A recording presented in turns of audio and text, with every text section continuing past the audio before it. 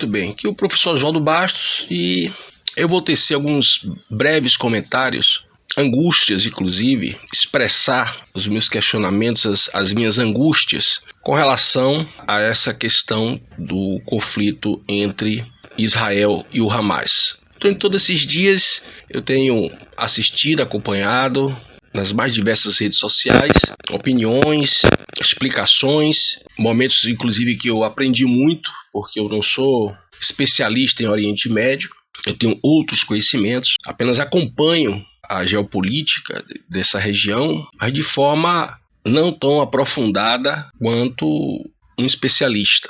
E com isso eu aprendi muito durante esses dias, essas explicações fornecidas por especialistas a respeito desse conflito, dessa guerra. Bom, mas exatamente acompanhando essas explicações, essas avaliações, lendo matérias em jornais, né, eu comecei a ficar com algumas dúvidas. E eu estou colocando elas aqui porque quem tiver uma resposta para essas questões, por favor, coloque aqui nos comentários, links, sua opinião a respeito, para que eu possa entender melhor o que está acontecendo. Então, eu vi explicações de cunho teológico, de cunho histórico, todas muito bem formuladas por pessoas gabaritadas, mas aí começou, desde o início, eu comecei a ver, me senti incomodado com algumas coisas, né? Primeiro foi a facilidade com que o Hamas empreendeu esses atentados. Eu achei que foi muito fácil. Posso estar enganado, mas eu achei que foi muito fácil. E aí a coisa vai avançando, as matérias vão surgindo, os vídeos e tal. Aí eu comecei a formular melhor essas minhas dúvidas. Eu não estou aqui para afirmar, eu estou aqui expondo as minhas angústias, as minhas dúvidas. A única coisa que eu posso afirmar aqui é o meu repúdio a toda essa situação, a morte das pessoas, crianças mortas, não sequestros, enfim, não assassinatos de todo tipo. Isso não há nenhuma justificativa para isso, não há nenhuma explicação para isso. E fiquei também muito indignado e envergonhado com a manifestação omissa do governo brasileiro, que não foi explícito no repúdio a essas ações do Hamas, e o que é pior, a manifestação de políticos, não só do governo, mas de políticos no Congresso, de eventos acadêmicos tentando um apoio ao Hamas. Então, é algo extremamente constrangedor e lamentável, mas isso faz parte da ideia da revolução, né? A revolução, como eu falo muito nos meus vídeos, né, nos meus cursos, a revolução ela tem isso aí, né? O que é a liberdade na revolução? O revolucionário ele se acha no direito legítimo de cometer qualquer atrocidade em nome de um bem maior, que ele supõe ser um bem maior. Essa é uma ideia patológica da revolução e as pessoas muitas vezes caem nessas armadilhas e passam a defender esses absurdos. Então eu fui buscando informações. A primeira coisa que eu observei buscando informações foi a dificuldade de encontrar o número de pessoas que estavam participando da tal da festa rave. Pesquisei. Se você tem esse número, se você encontrou essa fonte, por favor, também coloque o link aí nos comentários. Mas eu encontrei uma fonte que fala que essas festas elas já vinham acontecendo, elas foram evoluindo, né, surgiram e foram evoluindo, né, se expandindo em Israel a partir dos anos 80, 90, chegando essas festas a terem algo em torno de 5.000 a 10.000 pessoas. Bom, eu não sei se foi esse o número de pessoas dessa festa, mas com certeza não foi um número pequeno, né? Quando você fala de 5.000, 10.000 pessoas, você está falando de multidão. Bom, essas festas a princípio eram feitas nos centros urbanos, porém começou a haver muito protesto, né, que é o que as matérias falam, da tal ala mais conservadora. Por quê? Porque essas festas, segundo eu consegui pesquisar, essas festas são festas psicodélicas, digamos assim. São festas em que são usadas drogas psicodélicas, músicas psicodélicas, né? Então não é uma festinha assim que você vai lá tomar uma cervejinha, bater um papo com os amigos e ouvir uma musiquinha bacana. Não é bem assim, né? Então essa ala conservadora começa a reagir e essas festas começaram a ser feitas fora dos grandes centros urbanos. Aonde então? Em locais desertos, né? Muito bem. Essa festa em particular, com tantos milhares de pessoas, que eu não sei exatamente o número, porque, como eu disse, eu pesquisei e não encontrei. Essa festa ela foi feita num local deserto a mais ou menos 6 quilômetros da fronteira com a faixa de Gaza. E vamos começar a levantar alguns pontos e tentar ligar os pontos para tentar encontrar alguma resposta para isso. Não justificativa de forma nenhuma, alguma explicação. Há relatos, inclusive de brasileiros, segundo matérias que eu pesquisei, que o local da festa só foi indicado no momento em que as pessoas estavam comprando convite. Ora, você faz uma festa com milhares de pessoas e esse local só é avisado de última hora, será que havia segurança suficiente para abrigar, proteger, preservar a ordem em meio a uma multidão?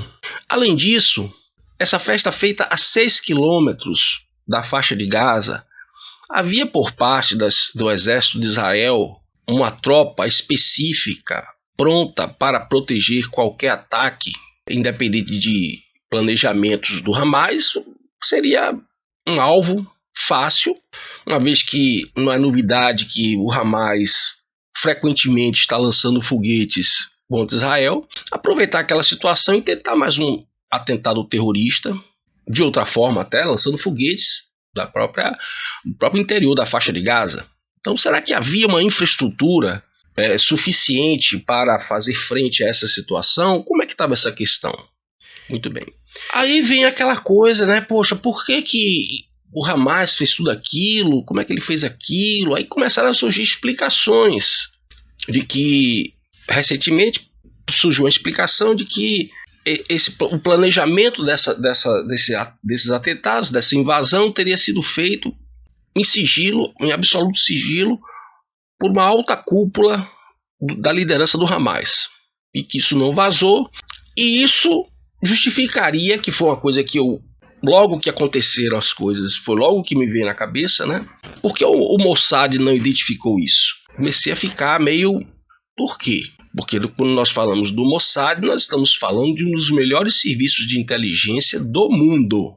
Então eu não estou aqui menosprezando o Mossad, ao contrário, eu estou até respeitando, elogiando o Mossad. Por isso é estranho. Ah, mas foi porque a coisa ficou nessa alta cúpula do Hamas e o pessoal não vazou informação. Tá certo. Mas aí daqui a pouco surgiu uma outra informação muito interessante, onde se afirmava que se descobriu por uma fonte essa ou aquela de que a operação estava sendo planejada há 1 ano. Independente do tempo que essa operação, que esses ataques estavam sendo planejados, você não prepara um ataque desse, um atentado desse da noite para o dia. Envolveu também uma força bélica considerável, com táticas por parte do Hamas. Bom, tá bom. Não vazou informação da cúpula dos líderes do Hamas, mas o Mossad não identificou a preparação dessa logística para esse atentado? Não identificou nada de estranho? Eu comecei a ficar em dúvida. Muito bem. Então, diante da periculosidade do local, diante de toda essa fragilidade que foi encontrada, porque nós temos que entender o seguinte, o Estado de Israel é um Estado especialista em combate. É um Estado que se forma, se constitui em meio a fogo cruzado. Então, por que houve essa facilidade? Nós não estamos falando com um país como o Brasil, que a última guerra que participou foi a Segunda Guerra Mundial. Com isso também eu não estou desmerecendo as Forças Armadas brasileiras, mas estou falando de experiência de combate. A experiência que o Exército de Israel, as Forças Armadas de Israel têm de combate, talvez esteja entre uma das melhores do mundo. Se não for a melhor, com certeza está entre uma das melhores do mundo.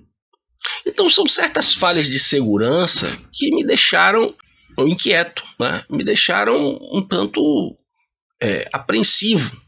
Aí você pode ver o que será que há por trás disso tudo. Tá bom, nós temos explicações teológicas, nós temos explicações históricas, tá. Mas como explicar todas essas falhas? Porque houve falhas. Aí vem aquela coisa, né?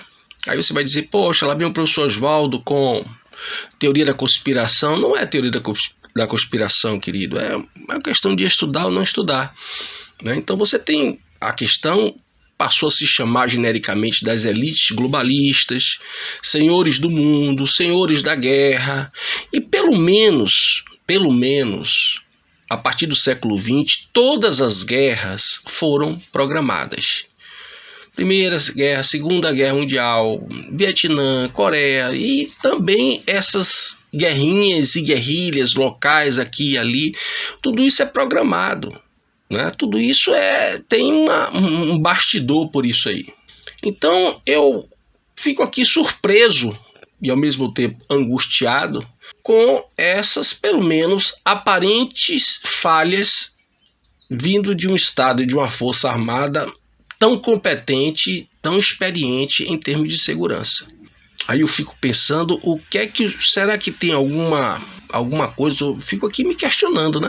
Será que tem alguma coisa aí, né, por trás, nos bastidores, né, desse cenário tramado pelos senhores do mundo? Ou será que tudo isso foi coincidência, foi realmente uma fatalidade e aconteceu? Como é que fica isso aí? Então são esses questionamentos que estão pairando na minha cabeça já há alguns dias. Eu estou aqui compartilhando com vocês. E se vocês tiverem uma explicação melhor para esses meus questionamentos, coloque aí nos comentários, né? Se você também discorda, coloque nos comentários. Coloque de forma respeitosa, de forma madura, né? Porque eu também estou querendo aprender, estou querendo entender. Se você tem links que podem servir para eu estudar, aprender, eu quero entender melhor isso aí. Então é isso. Centro de Estudos Professor Oswaldo Bastos. Projeto Educação, Ensino e Cultura.